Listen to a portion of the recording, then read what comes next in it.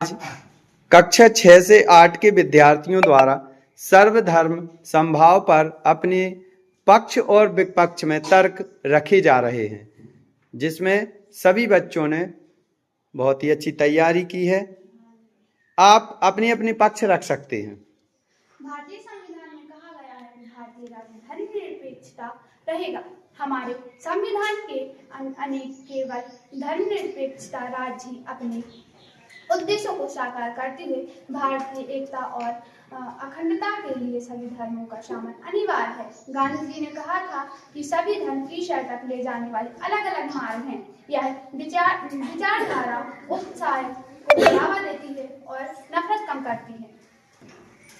मेरे साथी द्वारा प्रस्तुत किए विचारों से मैं आशा न मैं मानती हूँ कि सर्वधर्म समभाव एक पवित्र विचार हो सकता है, लेकिन व्यवहारिक रूप से सर्वधर्म संभ्रम पैदा करता है। सभी धर्म समान नहीं होते, उनके दार्शनिक, सामाजिक और आचार संहिता संबंधी सिद्धांत बहुत भिन्न हैं। कुछ धर्म बहुदेववादी तो कुछ धर्म ईश्वरवादी हैं। उन्हें एक समान मानना उनके मूल सिद्धांतों को नजरअंदाज करना है। सभी धर्मों को समान मानना अपनी कुरीतियों और मानवाधिकारों के उल्लंघन को बढ़ावा देना है। तुम तार्किक हो कि हम तर्कसंगत और अतार्किक विचारों को एक तराजू में तौलें। व्यवहार में सर्वधर्म समभाव हमेशा राजनीतिक तुष्टीकरण का एक साधन बन जाता है। राज्य संसाधनों पर खर्च, समान नागरिक संहिता यूसीसी के अभाव में असमानता को बढ़ावा देता है। सर्वधर्म समभाव का अर्थ सभी धर्मों के प्रति समान आदर और सम्मान का आदर करना है। यह धारणा मानती है कि सभी धर्मों के रास्ते भले ही अलग हो, लेकिन हमारा गंतव्य एक ही हो। यह भारतीय संस्कृति का मूल आधार है। यह सामाजिक एकता व भाईचारे को बढ़ावा देती है। बस अब मनुष्य ने इसे अनेक नाम दिए, हिंदू, मुस्लिम, सिख, ईसाई के नाम दिए हैं। इन सभी धर्मों का मतलब एक ही है, हम सब भगवान के ही बच्चे हैं। सभी धर्मों में बताया गया है कि सब भगवान एक ही हैं। इस दुनिया में बुरे कम और अच्छे कर्म ज्यादा करने चाहिए। शासन ने संविधान द्वारा मान किए गए समानता के अधिकार को दो तरह से लागू किया।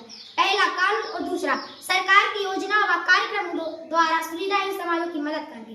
भारत में ऐसे अनेक कानून हैं जो व्यक्ति के समान व्यवहार करके अपने समाज की रक्षा करते हैं।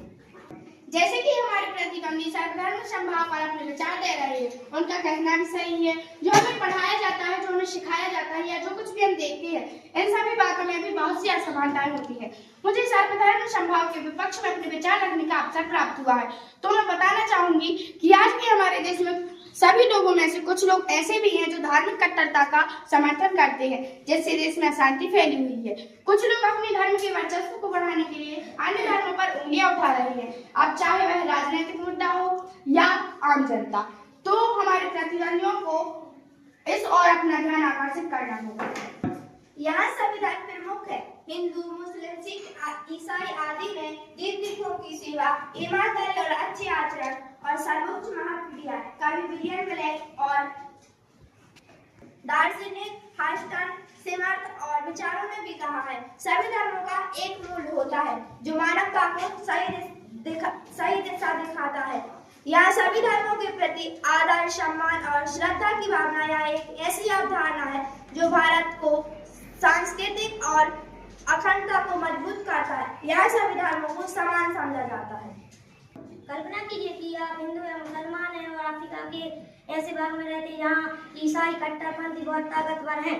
मान लीजिए कि अमेरिका का नागरिक होते हुए अभी कोई आपको किराए पर कमरा न दे, आपको कैसा महसूस होगा? क्या आपको गुस्सा नहीं आएगा अगर आप इस भेदभाव के खिलाफ शिकायत करें और जवाब में आपको कहा जाए कि यह देश तुम्हारा नहीं, तुम भारत लौट जाओ, तो आपको कैसा लगेगा? क्या आपको बुरा नहीं लगेगा? आपको यह गुस्सा दो रूप ले सकता है। एक हो सकता है आप प्रतिक्रिया में यह कहे कि जहाँ हिंदू और मुसलमानों की तादाद ज्यादा है। सत्य, नैतिकता या ईश्वर प्राप्ति के मार्ग में समान नहीं है। आलोचक मानते हैं कि यह अवधारणा गांधीवादी विचार ऐतिहासिक रूप में भारतीय परंपरा का हिस्सा नहीं है, बल्कि एक आधुनिक घोषणा है। भारतीय संविधान सब व्यक्तियों को समान मानता है। इसका अर्थ देश के किसी भी व्यक्ति, चाहे वे पुरुष हो या स्त्री, किसी भी जाति, धर्म, शैक्षिक और आर्थिक पृष्ठभूमि से संबंध रखते हैं, वे समान माने जाएंगे, इसलिए हम यह नहीं कह सकते कि असमानता खत्म हो गई है।